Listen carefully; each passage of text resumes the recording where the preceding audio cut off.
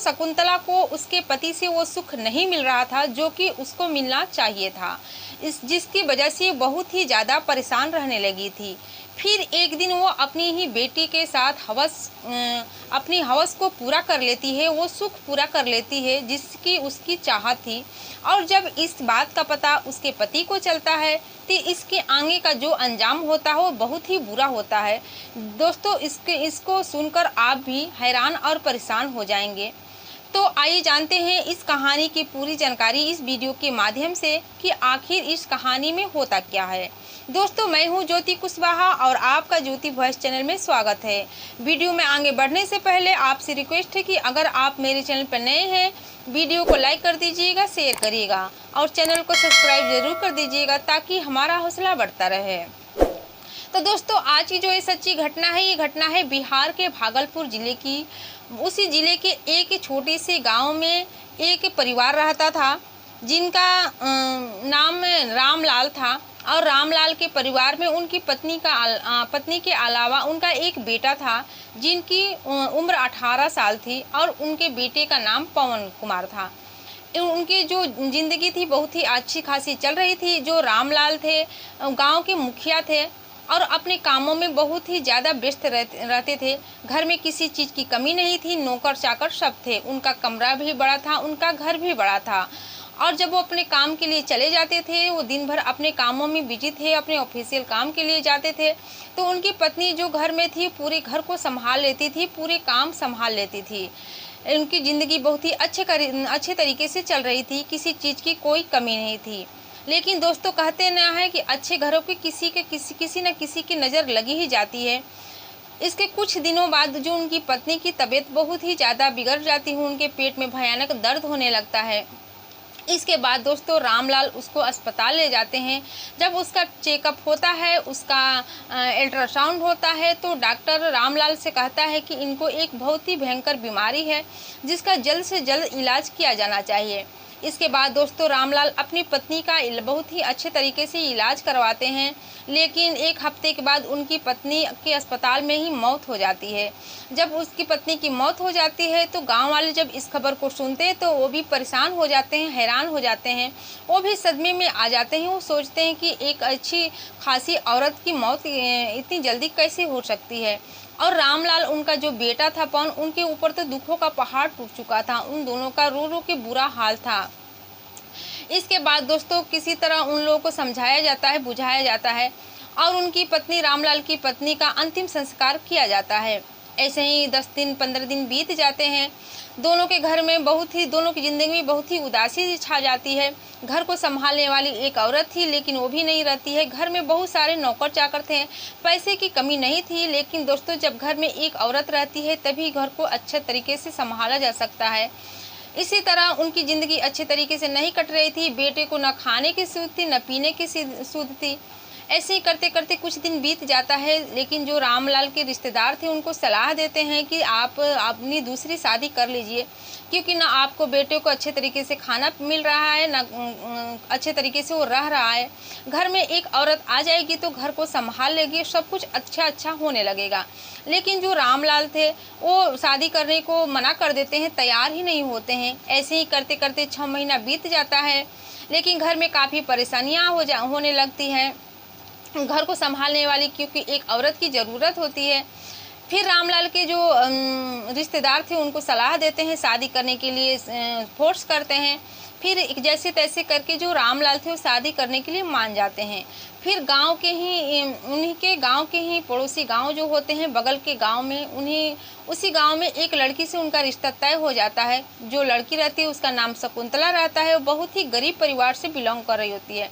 जब उसके माता पिता को ये बात पता चलती है कि रामलाल बहुत ही रईस आदमी है, उनके पास धन संपत्ति की कोई कमी नहीं है और वो लोग ये भी जान जाते हैं कि गांव का मुखिया है, तो शादी करने के लिए खुशी खुशी तैयार हो जाते हैं। जो शकुंतला है, रामलाल से उनकी शादी होती है। शादी करके शकुंतला अपने ससुराल आ जाती है। लेकिन शकुंतला देखने में बहुत ही सुंदर थी, समझदार होती है। लेकिन जो शकुंतला की उम्र होती है 22 साल होती है और रामलाल की उम्र बहुत ज़्यादा होती है, यानी कि उनकी उम्र शकुंतला की उम्र से दुगुना होता है। इसलिए जो रामलाल की जो पत्नी थी शकुंतला, उनको सब सुख तो मिल रहा था, लेकिन जो एक पति के साथ उनको जो सुख मिलना चाहिए वो नहीं पूर्ति हो रही थी। इसकी वजह से वो काफ़ी ज़्यादा परेशान रहा करती थी, लेकिन ये बातें कुछ किसी से कुछ कहती नहीं थी। ऐसे ही दोस्तों वक्त बीतता जाता है और रामलाल जो इधर थे अपने ज़्यादातर काम से बाहर ही रहते थे। तो एक दिन वो जब अपने काम से बाहर जा रहे होते हैं, अपनी पत्नी से कहते हैं कि देखो शकुंतला, आज रात को मैं नहीं आ पाऊँगा क्योंकि काम कुछ ज़्यादा है और घर को अच्छे तरीके से देखना, मेरे बेटे को भी अच्छे तरीके से खाना पानी दे देना। इसके बाद शकुंतला कहती है कि ठीक है, आप अपना ख्याल रखिएगा और अच्छे तरीके से जाइएगा।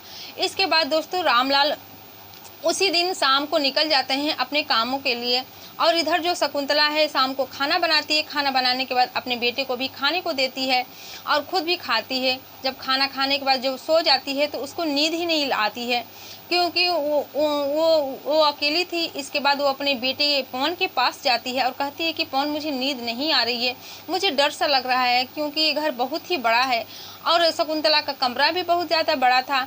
इसके बाद वो कहती है कि क्यों मैं तुम्हारे यहाँ सो जाऊँ। इसके बाद जो पवन है कहता है कि हाँ, में सिर हिला देता है, कहता है कि सो जाइए।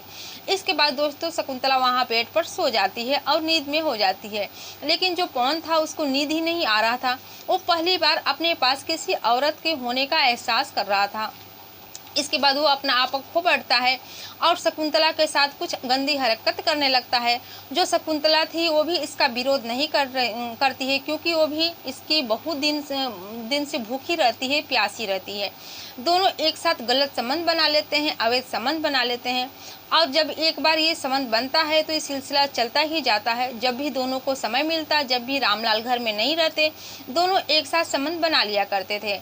एक दिन दोस्तों कुछ ऐसा होता है कि जो रामलाल थे बाहर जाते हैं कुछ काम के लिए, कहते हैं कि मैं नहीं आ पाऊँगा, लेकिन उनका काम जल्दी ही पूरा हो जाता है, वो वक्त पर लौट आते हैं। जब घर आते हैं तो घर आकर देखते हैं कि उनकी पत्नी और उनका बेटा नाजायज स्थिति आपत्तिजनक स्थिति में है और संबंध बना रहे हैं। यह देखकर रामलाल बहुत ही गुस्सा होते हैं। वो अपनी पत्नी और बेटों को बहुत ही बुरा भला कहते हैं, अपनी पत्नी को बहुत डांटते हैं, कहते हैं कि बेटे के साथ ऐसा करते हुए तुम्हें शर्म नहीं आ रही है। लेकिन जो उनकी पत्नी रहती है शकुंतला कुछ कहती नहीं है क्योंकि गलती उसी की थी। इसके बाद दोस्तों दोनों पर रामलाल नज़र रखने लगते हैं और जब वही बाहर जाते थे तो एक आदमी लगा दिए थे उस पर कड़ी निगरानी रखने के लिए। करते करते लगभग एक महीने का समय बीत जाता है और इधर जो शकुंतला थी और उनका जो बेटा था पवन, वो दोनों एक साथ नहीं मिल पा रहे थे, एक साथ संबंध नहीं बना रहे थे, जिसकी वजह से दोनों ही परेशान रहा करते थे। फिर एक दिन शकुंतला अपने बेटे से मिलती है और बातचीत करती है, कहती है कि अगर हम दोनों का एक साथ मिलना है तो इनको अपने रास्ते से हटाना होगा। इसके बाद दोनों सलाह करते हैं, दोनों प्लान बनाते हैं और उसी दिन शाम को जो शकुंतला है खाना बनाती है। खाना बनाने के बाद अपने पति यानी रामलाल को खाने के लिए देती है और उसमें नींद की गोली मिला देती है। रामलाल जब खाना खा लेते हैं दोस्तों, खाना खाने के बाद उनको बहुत ज़्यादा नींद आने लगती है, जिसकी वजह से वो सो जाते हैं। और जब काफ़ी रात होता है तो जो शकुंतला है अपने बेटे को बुलाती है और बुलाने के बाद अपने बेटे की मदद से वो दोनों अपने रामलाल का गला घोट देते हैं, गला घोटकर उनको मार देते हैं। जब उनकी मृत्यु हो जाती है तो गांव के बाहर उनकी लाश को ले जाकर फेंक देते हैं। इसके बाद दोस्तों जब सुबह होती है तो लोग अपने अपने घरों से निकलकर इधर उधर जाने लगते हैं, टहलने लगते हैं। तो इसी में से कोई जा रहा था तो देखता है कि एक जगह पर एक लाश फेंकी हुई है। इस लाश को देखते हैं तो देखते हैं कि रामलाल की ही लाश है। उसको देखकर पूरे गांव में हड़कंप मच जाती है। सब लोग सोचने लगते हैं कि आखिर ये इतने अच्छे खासे आदमी थे, ना कोई रोग थी ना कोई बीमारी थी, आखिर इनकी मृत्यु कैसे हो गई। पूरे गांव सदमे में आ जाता है, पूरा हड़कंप मच जाता है क्योंकि वो गांव का मुखिया थे, नामी आदमी रहते हैं और उनकी मृत्यु की खबर सुनकर अगल बगल के लोग भी गांव के लोग भी आ जाते हैं। भारी संख्या में भीड़ जमा हो जाती है। देखते ही देखते दोस्तों कोई पुलिस को कॉल कर देता है।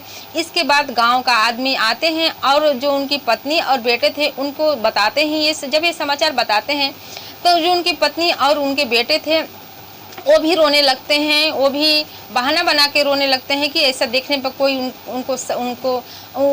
उनके साथ शक भी नहीं करेगा। इसके बाद दोस्तों जब पुलिस इस बात को सुनती है तो मौके पर पहुंचती है और लाश को देखती है। लाश को देखने के बाद उसको पोस्टमार्टम के लिए भेज देती है। इसके बाद अपने थाने में जाते हैं और जाने के बाद सोचने लगते हैं कि आखिर रामलाल की मृत्यु कैसे हो सकती है। उनके परिवार में उनके 3 ही लोग हैं। इसके बाद उनकी किसके साथ दुश्मनी हो सकती है, इसी बारे में सोचने लगते हैं और इसके बारे में छानबीन करने लगते हैं, लेकिन अभी इसका कुछ पता ही नहीं चलता है। इसके बाद दोस्तों उसके 2-3 घंटे के बाद वही आदमी थाने जाता है जो कि रामलाल निगरानी में लगा रखे थे कि जब भी वो नहीं रहते थे तो उनके बेटे और उनकी बीवी पर वो नज़र रखता था।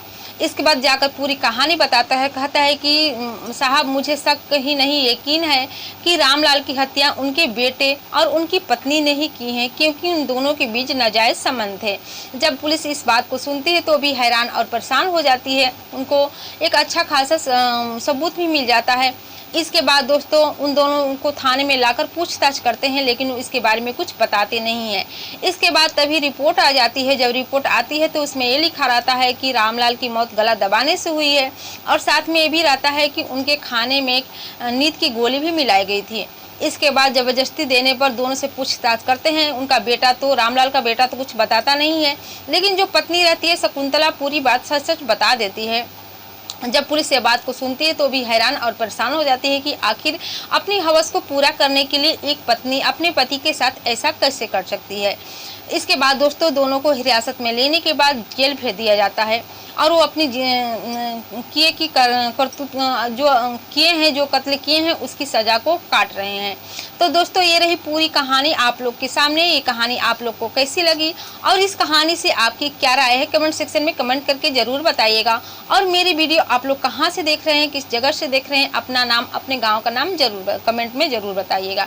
फिर मिलते हैं दोस्तों अगले दिन नई घटना के साथ, नई कहानी के साथ। तब तक के लिए जय हिंद, जय भारत।